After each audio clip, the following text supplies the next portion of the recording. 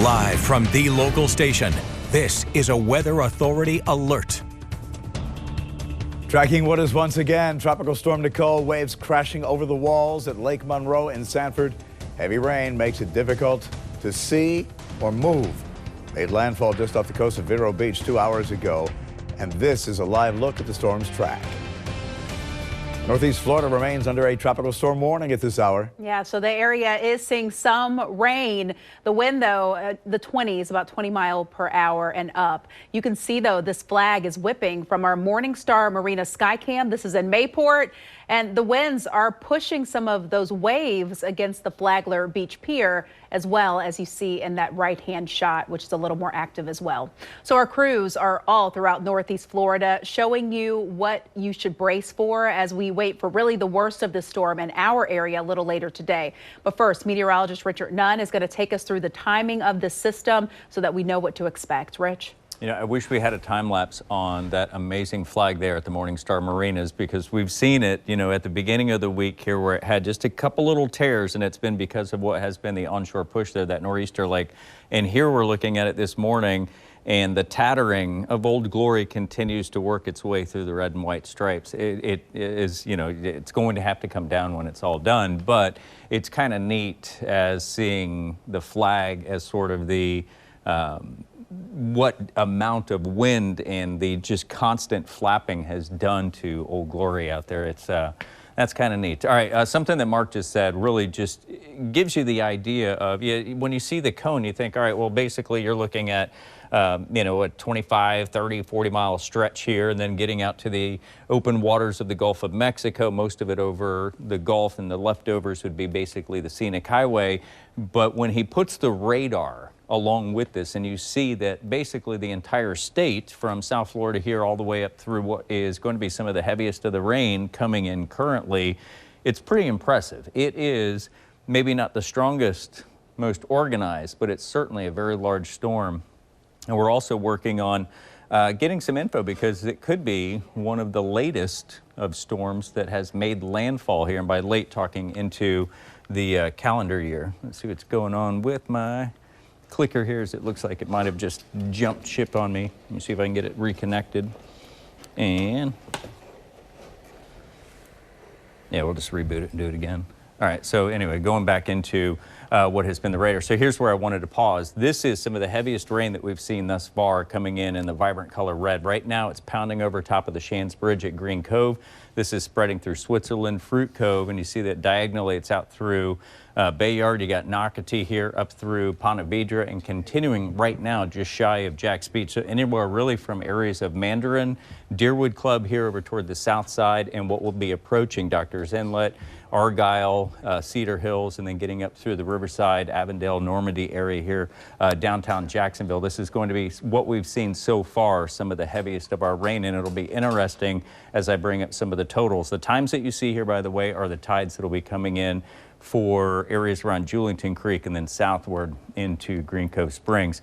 Back to our tropical storm, with what is some of the heaviest of the rain that continues to come through. It's also packing the wind here, so we're just shy of the 30 point. We're up to 20 again for Brunswick, and Jacksonville at the airport continues sustained winds here at 26. So this brings up the question, and it's already coming in, hey, I've got to get to work. Are the bridges still open? All the bridges are open right now, and what we've seen with our current wind and the wind speed, it's not enough to close the bridges. I will tell you, though, that with the gusts coming in on top of this, it is a white knuckle ride, especially here in the darkened hours. If you got to get to work, you know, I understand that, but if you can delay it and travel in the daylight hours, it'll make it a lot easier for a lot, I won't say safer, but at least you'll be able to see the obstacles. And because of the overnight wind that has continued, palm fronds, limbs, a couple of trash cans that were in the road. Actually, they weren't trash cans. It was the recycling bins that folks had set out, and they won't be picking that up today, but they had been toppled over, and a couple of those were on my route that I had to dodge on the way. Here we get to this evening. John and David are in, and they're still tracking the storm and what will be some of these peak winds that are going to continue in the 30-mile-an-hour range. But this takes us to the next point, and on top of what will be the rainfall, we've also got the flooding potential. So we'll continue to cover the times, and we'll have some of the impacts that will be felt anywhere from areas of Davis Shores into the Porpoise Point area, Anastasia, Volano, and right here possibly into your backyard, and I'll have that coming up when I see you back here at about 5:15. All right, Rich, we have a breaking traffic alert from our DOT camera. There's a multi-vehicle crash happened in Duval County on 295 northbound at Atlantic Boulevard. Apparently happened about 20 minutes ago. All right, and the left lane there is blocked. As you can see, the emergency vehicles are routing people around it. It does look like it's slow going. It is early, and we probably will not see a lot of cars on the road, but certainly an example as to why you need to keep it slow. It is very wet out there and very windy, and you might end up sliding on the roadway. So please just go below the speed limit as you navigate today. We'll keep you updated on when this lane reopens. Again, Duval County I-295 north there at Atlantic Boulevard. Wind and flooding has been a problem throughout the course of the morning in the St. Augustine area. Man, yesterday they had so much water downtown St. Augustine, and we're wondering if some of that has receded because more is expected. News4Jax reporter Amanda DeVoe was there yesterday in St. Johns County. You know, Amanda, I know you were shocked to see some of the water out there. How's it looking? Because it's just going to get higher today. Well, right now the water has receded, but as you mentioned yesterday, we did have a BMW that was partially submerged along the bayfront right near the Bridge of Lions. But for now, what we're experiencing are the wind gusts. The rain just slowly started to trickle down just now. Right now, I want to show you some of the businesses that prepared ahead of the storm. You know, this is the Athena restaurant here in downtown St. Augustine, very popular restaurant that's boarded up. And then a business that I spoke with yesterday, a business owner, he opened a donut shop here, and they opened on Monday, in fact, so they didn't know whether or not they were going to plan on closing. Looks like they did. We actually saw them boarding up the business shortly after we interviewed them. I want to also show you this area right near the Bridge of Lions, that main drag here in downtown St. Augustine, where you can see right now it's the winds that's kicking some of that minor flooding that we are experiencing right now. The Bridge of Lions, of course, looking good, but again, it is fairly mild right now at this point in time. Of course, that is going to change, but again, right now, what we're experiencing is that trickling of the rain, and then, of course, that wind that will slowly start to pick up. Back to you. All right, Amanda, thanks very much. And we understand that high tide, Rich just told us, is going to be at 9:30 this morning. So that's when we may see problems exacerbated there. All right, in Flagler County, more erosion expected. All right, already parts of A1A were shut down yesterday. This is the second storm in as many months that will impact the Flagler Beach Pier as well. News4Jax reporter Aaron Farrar navigating that area today. You got out the car, you're there on A1A. You said emergency vehicles are there. That road still closed?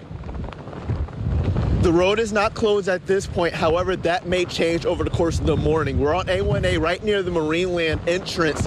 This is still on the St. Johns County side. So you see the St. Johns County deputy in the road right now. His purpose right now being there is for those drivers that are coming in either direction, just to encourage them to slow down. Partially is because of the amount of sand that is starting to pick up to be on the roadway. And there's a little bit of standing water, but at this point, this road is open. However, there are two parts of A1A that the Flagler County Emergency Management want people to be aware of, because over the course of this morning and throughout the day, these particular areas may be closed. Is where we are right now, and then further down on A1A South, between South 7th Street and South 16th Streets, those areas may be closed off periodically because of the expected water that will end up coming over onto the roadway. That's something that's already happened over the last day and a half or so, and they, again, periodically have had to shut down the parts of that road because of that very reason. For the time being, though, drivers are allowed to come this way on A1A, either north or south, but when you do see some of these emergency vehicles and the first responders there, they are there to slow you down because of some of the debris and the sand that is washing onto the roadway as well. Again, that is going to change over the course of the day, especially during those times of high tide. Reporting live, I'm Aaron Farrar, Channel 4, the local station. All right, Aaron, careful out there. You certainly are being blown around, so we'll see how that... See the sea foam? Yeah, hitting him. Yeah, that area is nuts. It really is, so be careful. So in St. Johns County, let's talk a little more. Voluntary evacuations are underway along all coastal areas. The county has 2 shelters available. They're at the County Health and Human Services Department and the Solomon Calhoun Community Center as well. Now to Flagler County, where people in Zone A should evacuate. That is the barrier island from Flagler Beach to Marineland.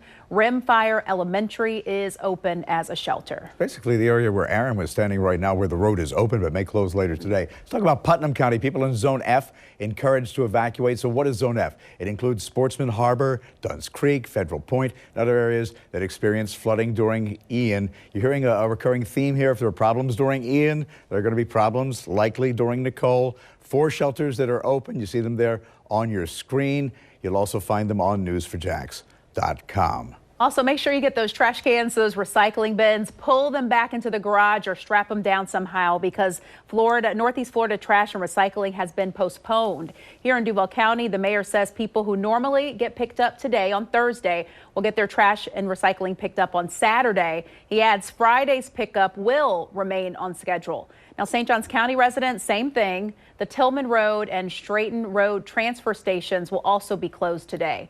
Now, over in Clay County, trash will not be collected today. Again, it will pick back up tomorrow. The Rosemary Hill facility will open on Friday and possibly Saturday, they say, if the weather is okay.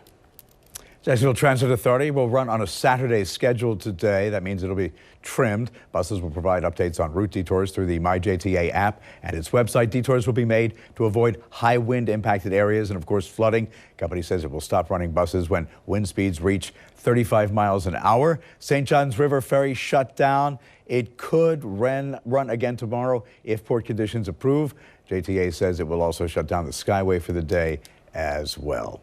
Let's take a live look at the Jacksonville International Airport. It's still open, but there are many flights that are canceled today already. So according to FlightAware, 59 flights are canceled in or out of Jacksonville. The earliest flight out today, keep in mind, is at 7:35 tonight. So pretty much everything canceled throughout the day. Now that could even change. The airport is asking travelers, check your flight status. Don't just come, make sure that you're going out. For the most up-to-date information on specific flights, they often tweet as well. And we, of course, will keep you updated as we'll be on nonstop today. There are currently no arrival schedule, but again, the airport itself is still open.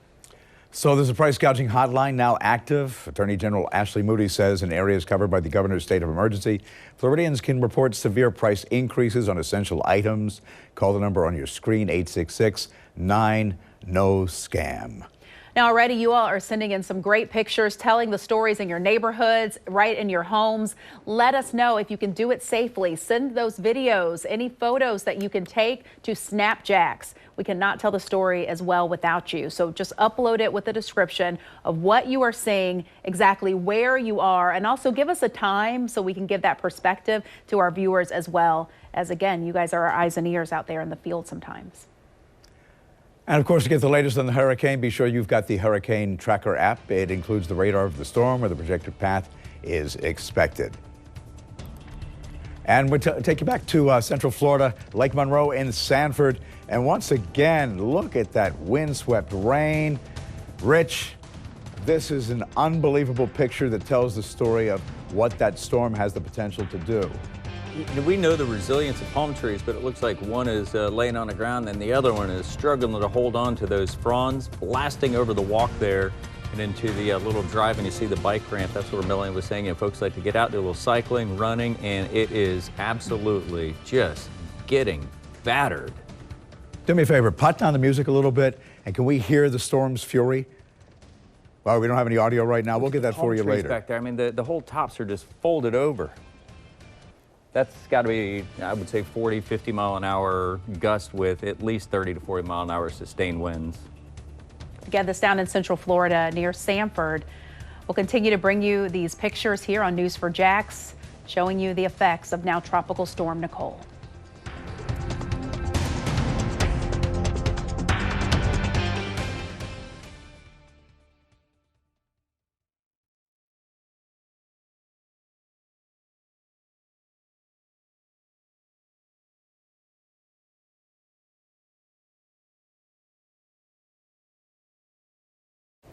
I'm Bruce Hamilton from News4Jax. Storm surge and flooding, especially in tidal areas, will be a problem as Nicole continues its trek across Florida. We have continuous coverage on air and online. Major flight cancellations at JAX because of Nicole. The earliest flight out of Jacksonville as of now, 7:35 tonight. If you're planning to travel, the best advice is to check with your airline.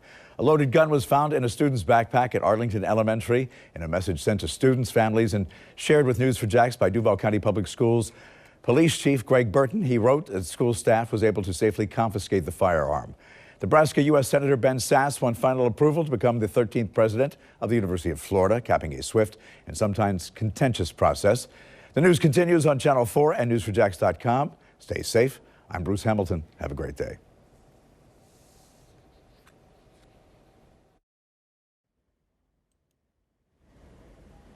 Weather 4.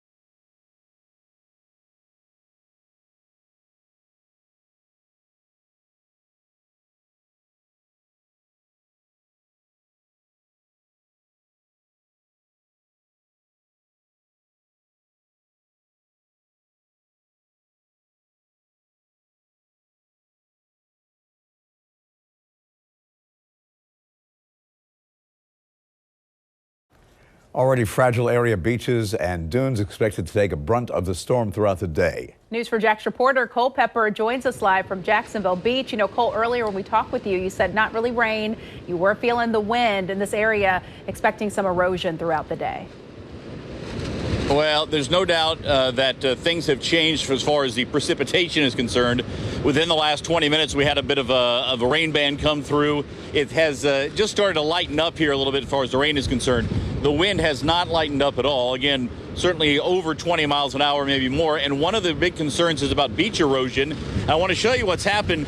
If you look down here, and I hope you can see this down here at the end of the pier, this is all sand that was not here this time yesterday. It has all blown up from these dunes all the way here onto the pier. It's basically another dune. Of course, it's on the pier, so it's not doing the same kind of good as you would want it to do throughout the course of a storm. But, I mean, we're talking about hundreds of pounds of sand that is blown up here. And I can tell you just from standing here on the pier over the last 15 minutes, you can feel those grains of sand blowing up on you as you stand here. It's like just getting pelted by tiny little bullets as you wait. The wind continues to blow.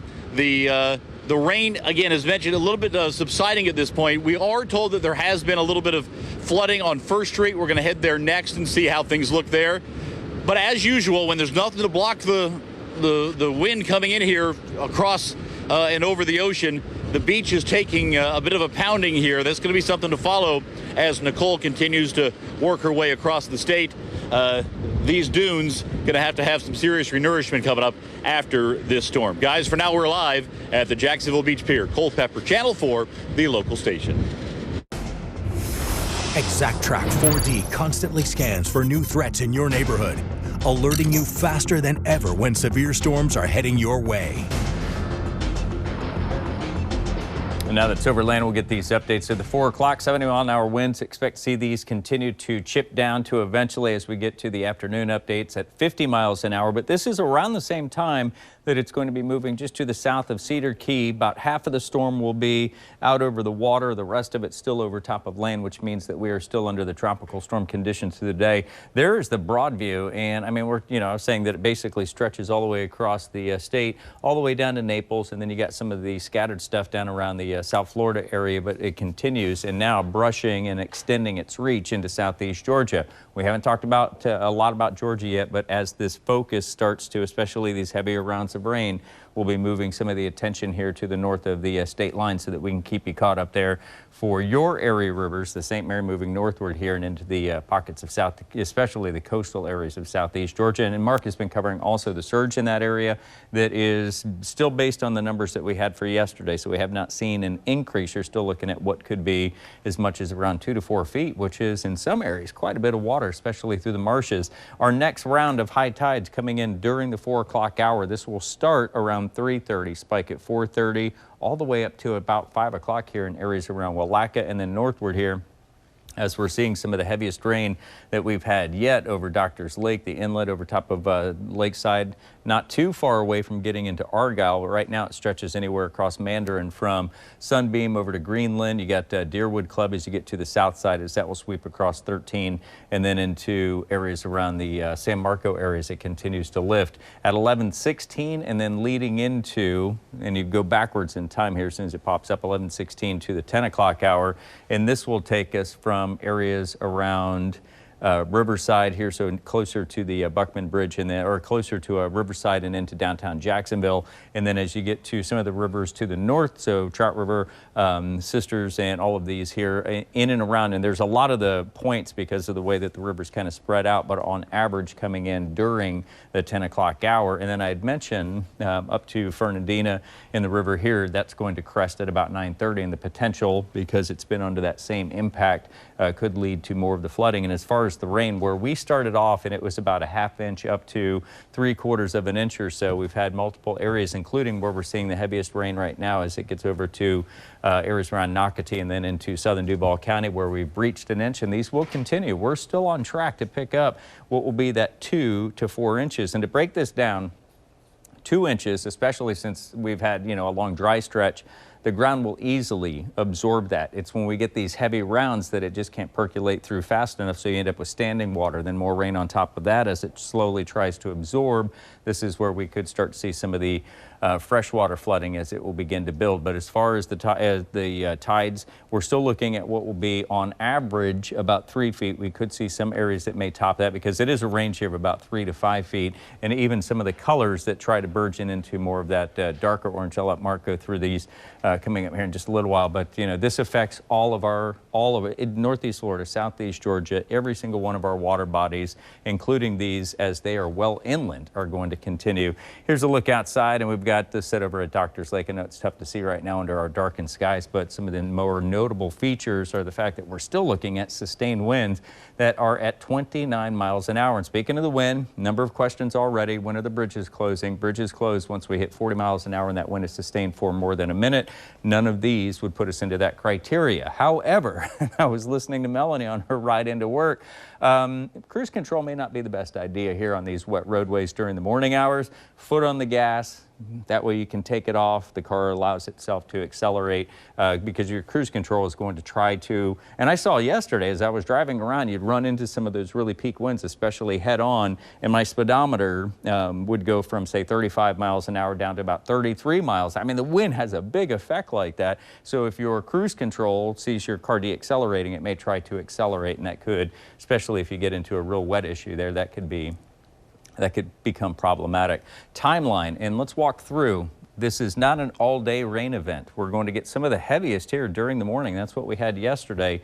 As early as the lunch hour to about 1 o'clock, we'll start to catch some of the gaps in the action. It's about the same time that Nicole will be almost lateral to us off to the west, but still dragging in. There's a lot of dry air that's just on the periphery of this, and here's where that dry air starts to make its push, and that helps to erode not only the strength, but give us gaps instead of it being an all-day rain event. But then overnight, and as we get ready to start our Friday, we've got to catch the tail end of it, because you see where this is making kind of like the big arcing turn around our viewing circle. So we get the dirty side, then we get the southern side, and both of these, and we haven't talked much about it, but do have the potential of quick spin-up type tornadic activity. That margin that was at 2% went up to 5% in some areas. Like I said yesterday, I'm not saying we're not going to see them. If we do, they should be largely isolated and not a huge outbreak. But our rainfall totals are similar to what we showed yesterday. This actually backed off on some and has us under that 2-inch mark. I'm going to stay with the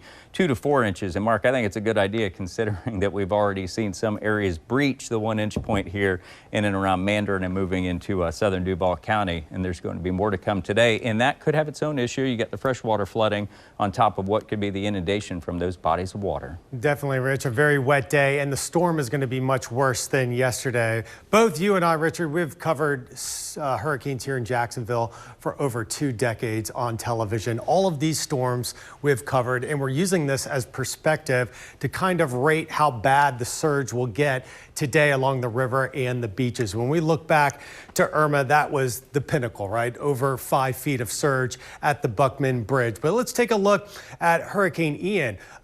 Just over 3 feet of surge there at the Buckman Bridge. And yesterday we had a surge that was very close to that at 2.3. That's where we are right now. Yesterday we got close to that 3 foot, but the blue line here indicates what's ahead as we head towards 1:30 this afternoon. That's when we're going to see max surge into the river. The high tide on the St. Johns River at the South Bank is at 11 o'clock. There's going to be a delay with more water coming in. So from 11 through about 2 o'clock in the afternoon, that's when we'll probably see the highest levels getting in the river, which could rival, it will likely surpass Ian's flooding on the river, but not get as high as Irma. So kind of in between the two. Now let's talk about the beach, because the beach, we're going to see surge that's much higher than what we had yesterday, around 3 to 5 feet. Already water is running about 2 feet higher than normal in the river. Along the coastal areas, it's about a 3 foot surge right now. It could get to 3 to 6 feet possibly. Notice the wave heights are 16 feet. Off the coastline, off of Cape Canaveral, they're 25 feet. The waves are bigger than this time yesterday. So since the wave energy is higher and the winds are stronger, those two mechanisms will push water up to the top of the dune line here, and that's going to happen between 9 and 10 o'clock. The high tide's at 9. We'll probably see a delay through 10 and 11, maximal erosion at that time. Notice the tropical storm force winds in the yellow band there. They stay with us right on through the early evening hours, so we've got all day of onshore winds blowing at about 40 miles per hour with those gusts. So to review, high tides of 9 o'clock on Jack's Beach. That high tide is going to be much higher by a foot than the evening high tide at 9 o'clock. So although we're going to see the water elevated here through the day, the evening high tide won't be as high, but we're still going to see a second round of erosion into the evening. And focusing again on the river,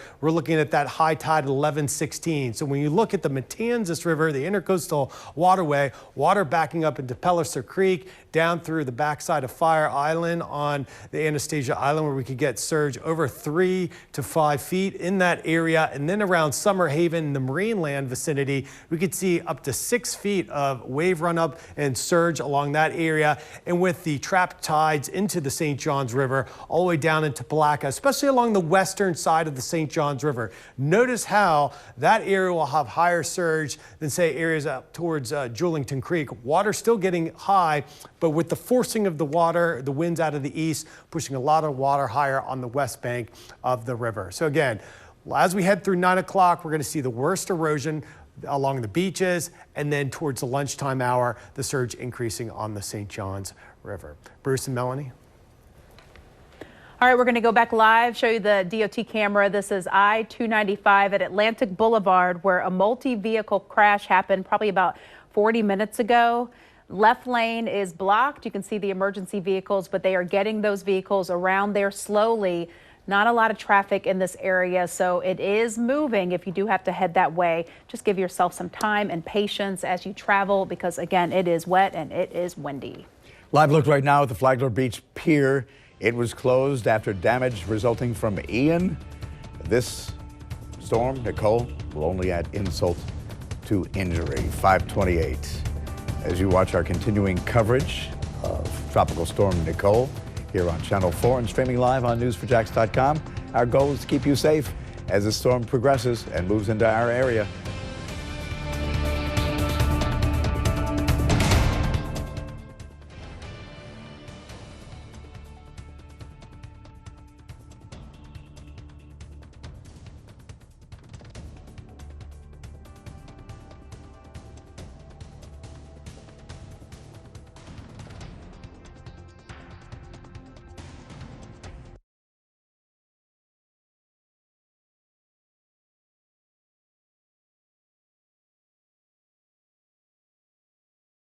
Bit a little weaker. Guaranteed no rapid intensification. Right. Because the water temperature, you think? Never concerned Right. I mean, it was still pretty warm in the Bahamas. Okay.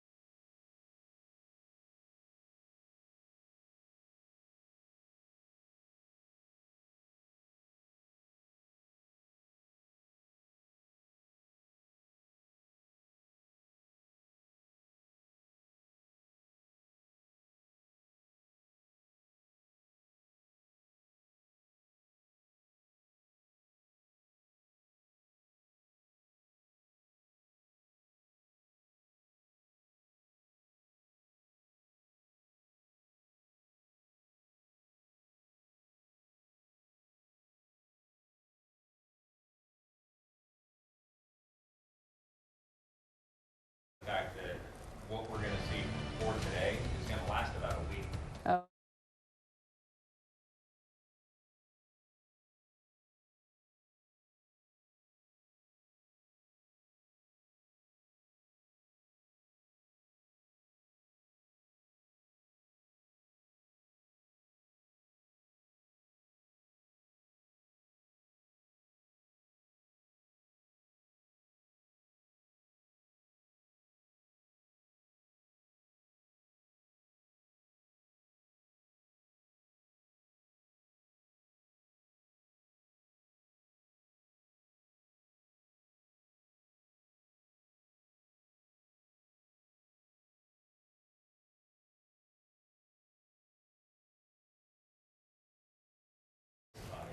You're watching Channel 4, the local station.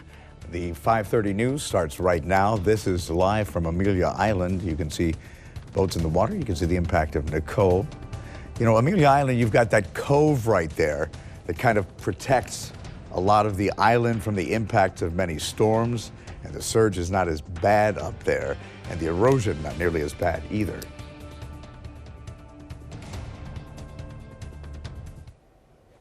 Storm is already destroying parts of Florida. Got some video sent in from our sister station a few hours ago of Lauderdale by the sea and the pier there.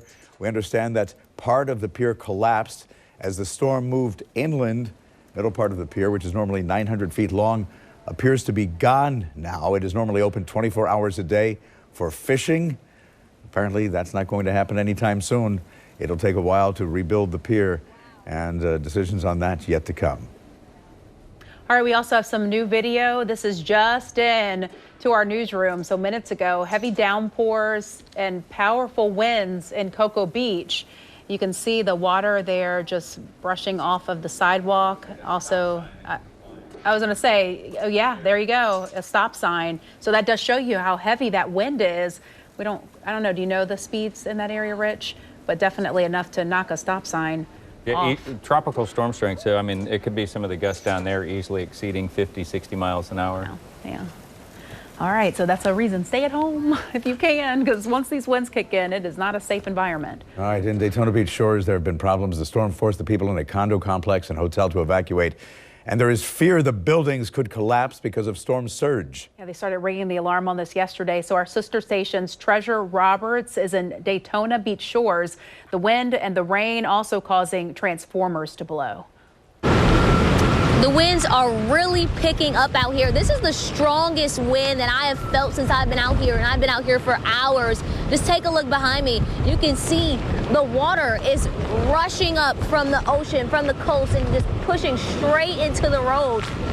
This is the most water I have seen touch this road here, again, in the past few hours. Take a look at the traffic poles here. They are moving, they're swaying in the wind. And take a look at these signs over here. They're also moving. This should give you an idea of just how strong those winds are. The palm trees are just going. You can just hear the wind whistling. And maybe about 30 minutes ago or so, we saw heard transformers blowing here. So that can tell you wind is super strong. There have been no pedestrians on the street. And there have been no other type of vehicles. We've seen patrol cars, deputies, cruisers driving and monitoring the area, but so far nobody's out here. That's a good sign. There's not much flooding and not much damage, but we have a long way to go. I'm Treasure Roberts in Volusia County, Channel 4, the local station. Interesting to note that even though some of those Volusia County beaches are only, what, 75, 80 miles as the crow flies from us, the kind of weather that we're going to experience isn't quite like that. No, I mean, it's the way the storm hit and as it moves across. We honestly have been very fortunate in our area, even though we know some areas inundated water, they'll have the flooding. And Rich, as you're kind of talking about, this water is going to stick around for some time. Yeah, this isn't a one and done deal. As a matter of fact, what we're going to see today is going to last through the entirety of the week. And then as we get to beyond what will be our tropical and bloated river impact here, we still have all the flooding that's to the south that has to come through. So this could be a prolonged event. I mean, I'm talking a month, you know, at least, with what could be some of the elevated tides before they start to recede. And we'll start to see that recession coming through, but it's going to take that you know, maybe a 30-day plus timeline. Here's the view of downtown. Got kind of a video overfeed, but it's actually kind of working for us here because you can see the wind-driven rain coming across our screen. But what we were talking about just a little while ago, and I wanted to illustrate here with the radar, is what we're seeing with the arrow. That is some of the drier air. So the system has a fairly large amount of drier air around it, and that has helped to not only limit the size and scope of it, but also will help to weaken it as more of that dry air gets pulled in toward the center. And Melanie had a great question as during the break. She said, you know, if this would have been a tropical development, you know, what would be the difference between if it was in August or now being in November? The atmosphere in November, we start to lose a lot of the water here. So as that water volume atmospherically goes down, it kind of limits what the storm could work with. The ocean surface temperatures were a little bit cooler. I mean, it's fairly warm here around the Bahamas, but then cooling off again as they continue. So the late season storm did have somewhat of a toll on keeping it in check here as that Category 1. We weren't watching any of the models, as a matter of fact, that showed any kind of rapid intensification, but they all did agree that that warm slot here between, because of the Gulf Stream, as it's closer here to South Florida, and then it kind of spreads off of our coast as it's warmer there along that Gulf Stream. So that did give it that little kick to help boost it to potentially being, at least briefly, the Category 1 storm.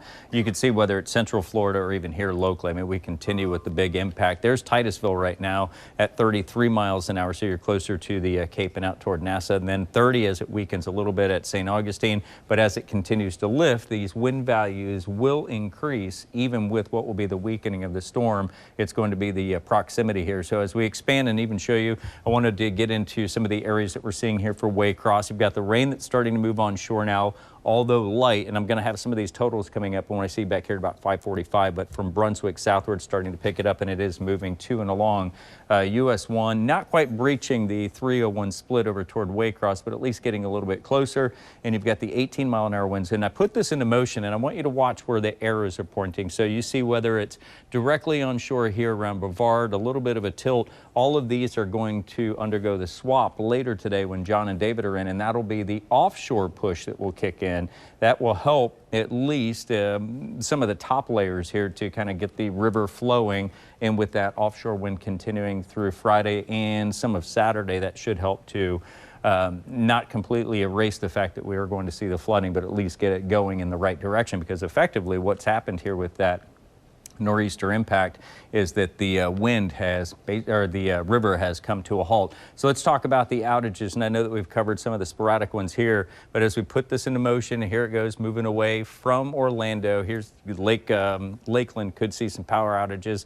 Then as it begins to lift to the north, what we're not seeing, the colors here, as widespread. We are still seeing them into areas of southeast Georgia. So listen, you know, the trees get swaying here, 30, 40 mile an hour winds, and we could still touch off power lines, and that could lead to some power outages, but it looks a lot better than what we were showing yesterday, where a large portion of our area was going to be, at least with some of the isolated outages.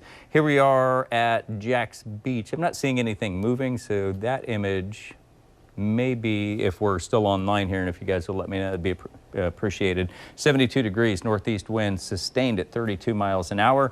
And our temperatures at the moment here continue with the 60s. Aside from St. Augustine, a little bit warmer right now. That is an impressive looking sky as the conditions come through. Oh, that is awesome. All right, we're going to play that one more time. I'm going to go back to it. And here's why it's awesome. Let's put this into play. So it's moving overhead. It's off to the west. There's where we're still under the effect, but you see where we get to, and this takes us to the 2 o'clock hour. So this is actually showing not only what I was saying here, catching these gaps in the action, some blue sky breaks, but also you see where the wind shift comes in. So what is the onshore flow right now, at least that depiction shows that around, say, 1 to 2 o'clock, we'll start to see the winds having a little bit of a wind shift. So for today, it is all about Nicole. Friday, we'll be covering Nicole as she moves away, and we're going to catch those showers. We got the morning up to about the noon hour, and then we'll start to improve. Partly cloudy, a warmer Saturday, but folks, we're reaching for the jackets here as we look ahead to Sunday. I want to get you caught up on what we are going to expect beyond Nicole, and we'll have that 7-day outlook when I see you back here with Mark at 545. All righty, Rich, thanks. So St. Augustine's been seeing a lot of rain throughout the course of the morning. Yeah, yesterday too. So parts of that area, we saw the rising water. News4JAX reporter Amanda DeVoe in the same place that you were at yesterday there in St. Johns County, except actually you couldn't get there because there was so much water. That's right, but right now that water has receded, but that will not be the case later this morning. As you can see, the waves are starting to crash along the seawall and along the Bridge of Lions as well. It's blowing in my face just now, so I did get a taste of that salt water just now. Now just keep in mind that we are experiencing those winds continue to pick up. At this point in time, the rain is not happening right now, but it will be on and off. Do not worry about that. But again, just keep in mind right now what we're seeing is that severe wind that's coming in, and of course kicking that water up into the streets here. So as you can see right now, I want to show you the street. Now this is along the bayfront. This is Avienda Menendez Street, right near the Bridge of Lions, as I mentioned. So this was again completely underwater. This is where we saw the BMW yesterday partially submerged. That had to be towed away. We saw the businesses slowly start to board up and sandbag their businesses just to make sure they keep that water out. But again, right now you can see that the roads are passable, but that certainly will not be the case later this morning, especially when that high tide rolls in. And just keep in mind, again, you're seeing these waves crashing. This is just a preview of what to expect later and a larger impact. Right now, as you're closer to the water, you're going to, of course, see these major impacts from the water. But again, this is anticipated to get much worse as this water from the river continues to blow into our faces, as well as slowly start to make its way into the roadway. So we'll, of course, continue to keep you updated here in St. Augustine. Live downtown St. Augustine, Amanda DeVoe, Channel 4, the local station. Yeah, that high tide's in about 4 hours at 9:30, so we'll continue to watch what happens there. All right, so this is down in Cocoa Beach, where earlier they actually started to see the pier deteriorate a bit. They said some of the wind and the metal of the pier was loosened, and you could just hear the whistling and the wind. Also, just a quick note, at the Kennedy Space Center, apparently there was a max wind gust of 73 miles per hour. That was around midnight. We got you covered here on News4JAX as we watch Tropical Storm Nicole make its way across the state and get out of here. We'll be here when that happens for you.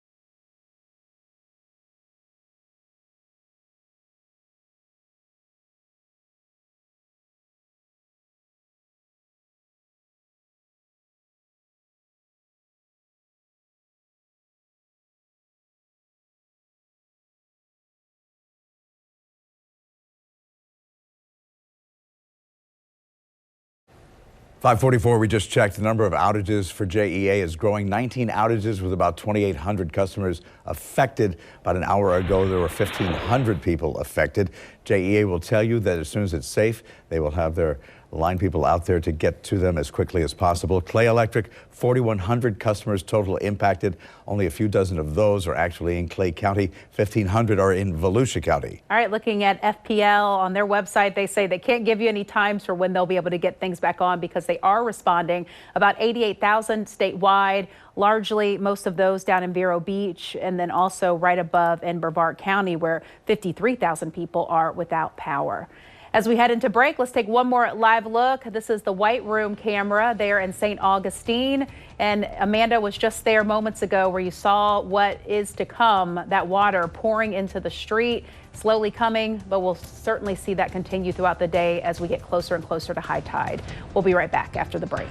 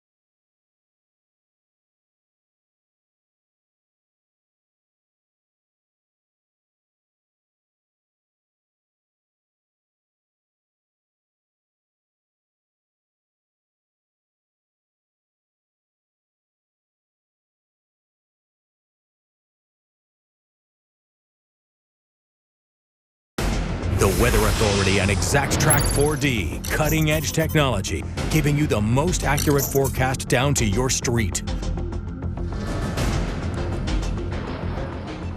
Okay. All right, start you off here, 4 o'clock. It's still 70-mile-an-hour winds, weakening, but, you know, we're talking about some of the storms that are coming through, and these things are racing across the area. I'd mentioned that we're getting some of the heaviest weather, heaviest of the rainfall that we've seen thus far, but look at this. The movement is to the west, so it's pushing basically from the east to the west, 60 miles an hour. That's why, again, we're not going to see a lot of the heavy rain because they're not sitting in one place for a long period of time. These things are blasting through along with what will be the gusty winds. So this timeline here, and I promise you southeast Georgia, so that's where we're aimed here. We got Fernandina Beach up through Chester, you got Cypress Lakes, all of this within about a 3 to a 13-minute window all the way over to Yulee. So as we go from here with our radar, and we'll clear out the view, and I just want to give you all the arrows that you see. These help us pick out which storms are coming through that are stronger. They turn red. You can see these other arrows in green. So those, as they continue to push through, give us an idea of where some of those are weaker. And we've started to calculate your rainfall totals. I let this go back to a 24-hour spread, but you'll see the same idea that we started off with here across northeast Florida. Fractions of an inch that continue. Nothing has breached that 1 inch point, but we get a couple of these bands to sweep through, and we'll start to see these numbers building and do doing so pretty quickly. I do want to give the heads up here that there is some background discussion going on with the higher levels of atmospheric and meteorological studies here that are watching the coastline especially, and there's some wording coming through that it is possible here that later on this morning that we could see a tornado watch being posted. Most likely, if we see that, that's going to be for our coastal counties. It's what we talked about earlier. If you missed that part of the conversation, what was originally 2% has been moved up to about a 5% chance. At 10%, it's guaranteed we're going to see some tornadic activity. At 5%, it's still the isolated, but it only takes one to verify that watch. So it's possible that that could be added later on this morning, if not by the afternoon. 4:30 into 5 o'clock, really starting at 3:30. And what you can do with each one of these times that we're showing you, and these are times of high tide, add an hour on the minus side, so 3:30 all the way to the plus side, 5:30, same thing here as you get to Walatka, and that's how long it's going to build in. For instance, here at Julington Creek will take 1:34. So starting really at about 12:30, the tide's already coming in. It possibly that we could be in the flood stages at about 12:30 based on where the river sits now. Max values coming in about 1:30 and then slowly receding to 2:30. To the south, just minus that by an hour and then plus by an hour, and that's what we'll see in areas around Green Cove Springs. Let's move north, which means here as we get to about 10 o'clock, so roughly about 4 hours and 10 minutes or so, what we'll be watching in and around the downtown area, the potential for the areas that flood to see more of that. So we're talking about San Marco, we're talking St. Nick, and even over here on the south bank by the station.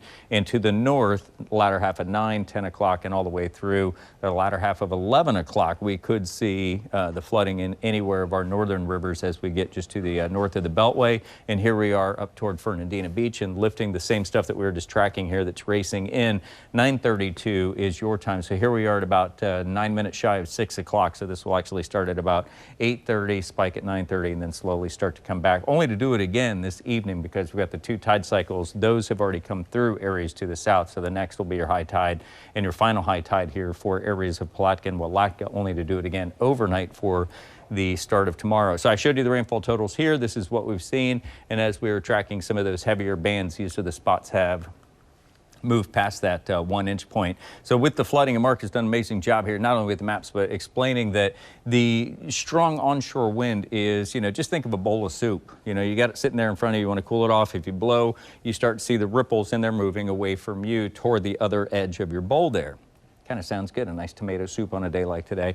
But what we would see, then the wind turns around the other way. Here's where the sloshing comes in. So at first, the impact is going to be the western edge of the river, of our lakes, including Crescent Lake, or even here as you get into our intercoastal and those tidal zones. The same idea as you head into some of those tributaries, Stokes Landing, moving into Summer Haven southward through the marine land, where we've already seen just hard onshore winds already eroding and tearing away at the beaches from parts of St. Johns County into Flagler County, and that's going to continue here along I-95. The estuary will feed all the way back from the Favor Dykes area in through the preserve and into Pellicer Creek as you cross 95 and continue there into northern Flagler County. So let's just continue that off to the west, and it's the same idea for the rivers. We were just showing you the tides there from Georgetown to Walatka, Palatka, including that of Crescent Lake, and the little isle there in the center at Bear Island. And here locally, we'll see the same thing, whether it's out near Fleming Island into Doctors Lake. And I'm surprised we're not seeing more of the color of yellow here, because all of this is going to get pushed. So all of the homes that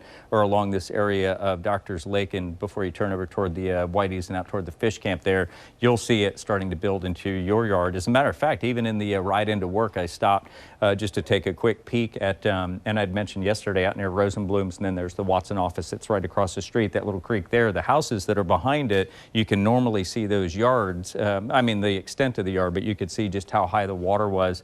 There's a pet daycare that's right there in that area. University in San Jose is basically the area that we're talking about, where that creek as it comes through is already running incredibly, I mean just very high already, and we have not yet hit those times of high tide. So these are the things that we're going to be watching. All right, that's a lot about what's going on, at least for the next 24 hours. Let's get you ready as we look ahead. Veterans Day start to improve. We've got warmer temperatures. We'll do this back-to-back days through Saturday, and then as I mentioned, get ready to grab a jacket. Daytime highs are coming up, I say jacket, it's 68 degrees. It will be much cooler, and even the potential here for Monday into areas of southeast Georgia, after all this, they could wake up to some patchy frost. Wow. Gosh, some days to come, right? Let's get through the next couple ones. All right, want to give you a quick warning. Flagler County Emergency Management just tweeted out that they are asking that you not drive on A1A unless you absolutely have to. They said the road closures are North Ocean Shore Boulevard. This is A1A at the St. Johns County line. Also South Ocean Shore Boulevard, A1A from South 7th Street to South 16th Street. So again, stay off those roads. They want to keep you safe and help them do that. We'll be right back after the break.